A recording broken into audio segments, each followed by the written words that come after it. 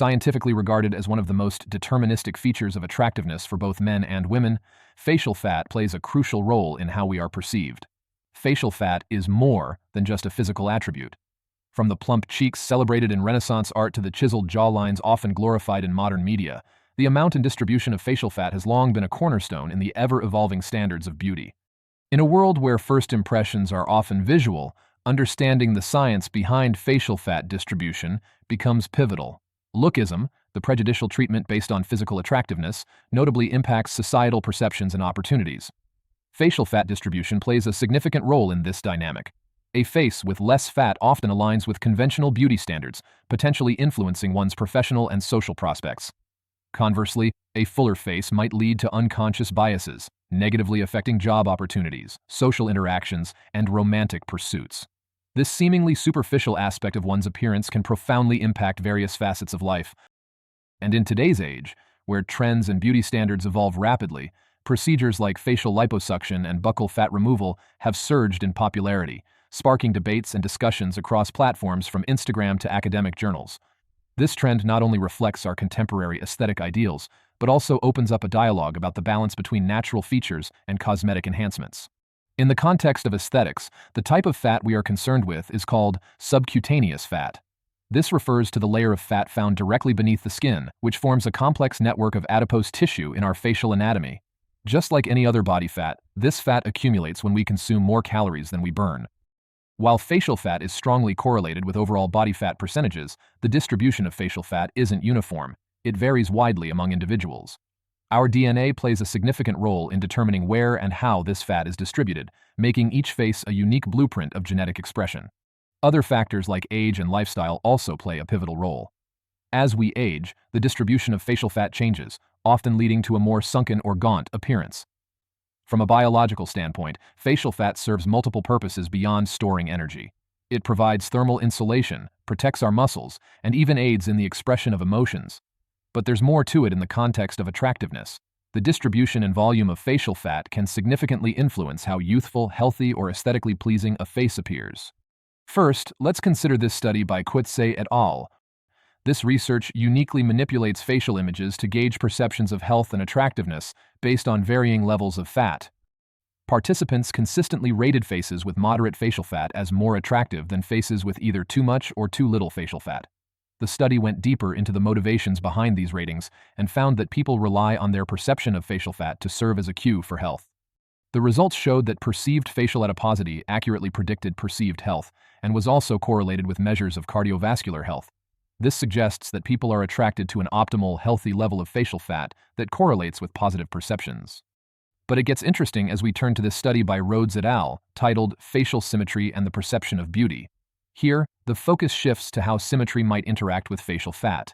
The study proposes that our perception of beauty is more nuanced, influenced by a complex interplay of symmetry and adiposity. The research demonstrates that facial symmetry can accentuate the appeal of well-distributed facial fat. While a moderate amount of fat can increase a person's attractiveness, if that facial fat is distributed asymmetrically, then it significantly decreases a person's attractiveness. This is because the areas that tend to gain fat first are the mid-face and cheek area, while the upper third of the face, or the temple region, gains the least amount of fat. When the mid-face and cheeks are disproportionately full compared to other facial areas, it can lead to an imbalanced look that affects the aesthetic appeal of the face. This face shape can be seen as overly plump and leads to an asymmetrical look due to uneven proportions of the face. This is why less facial fat is always a safer bet in terms of attractiveness, since there is a lower chance of unevenly distributed fat that can potentially disturb facial symmetry. However, research continues to show that, even with symmetrically distributed facial fat, less is seen as more attractive. This study by Coleman et al. Adds another dimension to our understanding of attractiveness. Their research suggests that the most important aspect to an attractive face is the degree of three-dimensional features that sort of pop out at you. The presence and distribution of facial fat significantly influences the perception of facial depth. This perception is shaped by the interplay of light and shadow on the contours of the face, highlighting features like cheekbones, the jawline, and the nose. These shadows and highlights create a sense of depth and structure, making a face appear more sculpted and dynamic. When fat is evenly distributed, it can enhance the face's three-dimensional quality and attractiveness. However, excess facial fat, particularly in areas like the cheeks and midface, can obscure these natural contours, leading to a flatter and less defined appearance. This diminishes the perception of depth, making the face appear less dynamic and less attractive. Understanding facial attractiveness from a 3D perspective also helps to explain why lighting makes such a huge difference on perceived attractiveness. Lighting can dramatically enhance or diminish the natural contours and depth of a face. Poor lighting can either cast harsh shadows that obscure natural contours or provide inadequate illumination that flattens the face, thus reducing its perceived depth and making it appear less dynamic. The right lighting can transform a face from looking flat and unremarkable to vivid and striking by accentuating its three-dimensional qualities. This is the same logic behind contouring makeup tricks. By using darker shades to create shadows and lighter shades to highlight, makeup artists can sculpt the face to replicate the effects of ideal lighting, regardless of the actual lighting conditions. This not only adds depth, but also enhances the face's sculptural qualities. An important aspect to this discussion is how facial fat impacts the appearance of the side profile. While we often think about our front-facing appearance, the side profile encompasses a broad range of angles that people are more likely to view you from. A crucial element here is the jawline, particularly the gonial angle of the mandible. The gonial angle is an anatomical term used to describe the angle formed where your lower jawbone, the mandible, makes a bend or corner. A more prominent gonial angle of around 120 to 130 degrees is often considered attractive for both men and women. Facial fat can completely obscure the jawline, hiding even a well-defined gonial angle, and thus losing a key indicator of attractiveness from visual perception. While it is obvious to most people how the jawline affects facial attractiveness, an almost equally important feature is often overlooked. The submental cervical angle, which is the angle your neck makes with your chin, has been found to be an extremely important indicator of attractiveness. This study by Naini et al. Found that a submental cervical angle of 90 to 105 degrees was the most attractive. While angles slightly higher than these were still considered moderately attractive, angles above 120 degrees were considered unattractive and displeasing. This makes sense because forward facial growth in the midface is also a key feature of attractiveness for both men and women, since it strongly contributes to facial depth. Accumulation of fat in the midface and neck can greatly detract from this forward growth, giving a less firm and more unhealthy appearance. While all the research we've covered strongly suggests there is an objective basis to attraction, it's important to remember that these results are often focused on a Western beauty standard. For instance, in several Eastern cultures, particularly in parts of Asia, a slightly fuller face might be preferred because it helps to attain a more V-shaped face characterized by smaller chins and a broad forehead. This study, by Batras and Parrott, found that people in rural areas of El Salvador tend to prefer female faces with higher levels of facial fat compared to those from urban areas, suggesting that in poorer areas, where survival and reproductive fitness are immediate concerns, higher levels of facial fat might be preferred. But these studies also highlight the fluidity of these standards. With globalization and the blending of cultural influences, the rate at which beauty ideals change is increasing rapidly.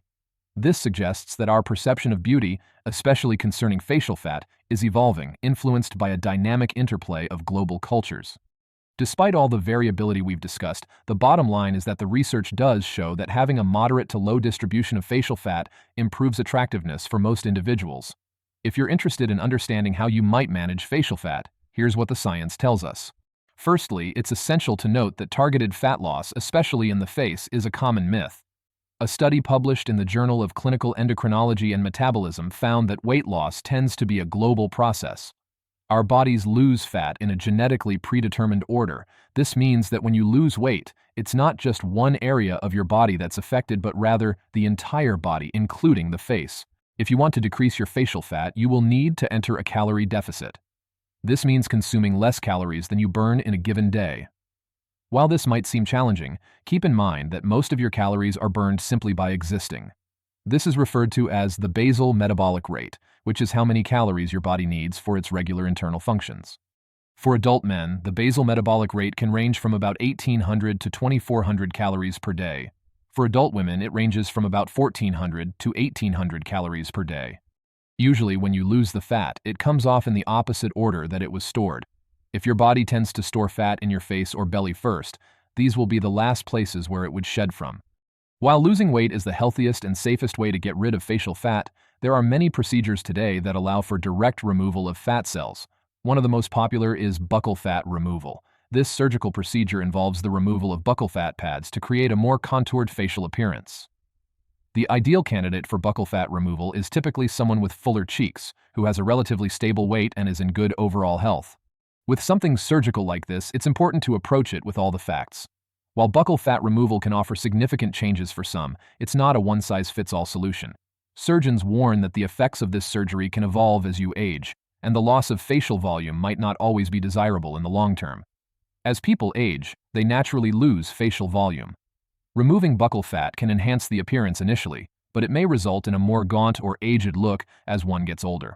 As with any surgical procedure, there are risks and benefits, and it's vital to consult with a board-certified plastic surgeon to understand if it's right for you. Whether you choose to embrace your natural facial structure or explore ways to change it, the most important thing is to make informed decisions based on factual, scientific information. For more videos exploring beauty and attractiveness through a scientific and sociological lens, please consider subscribing to the channel.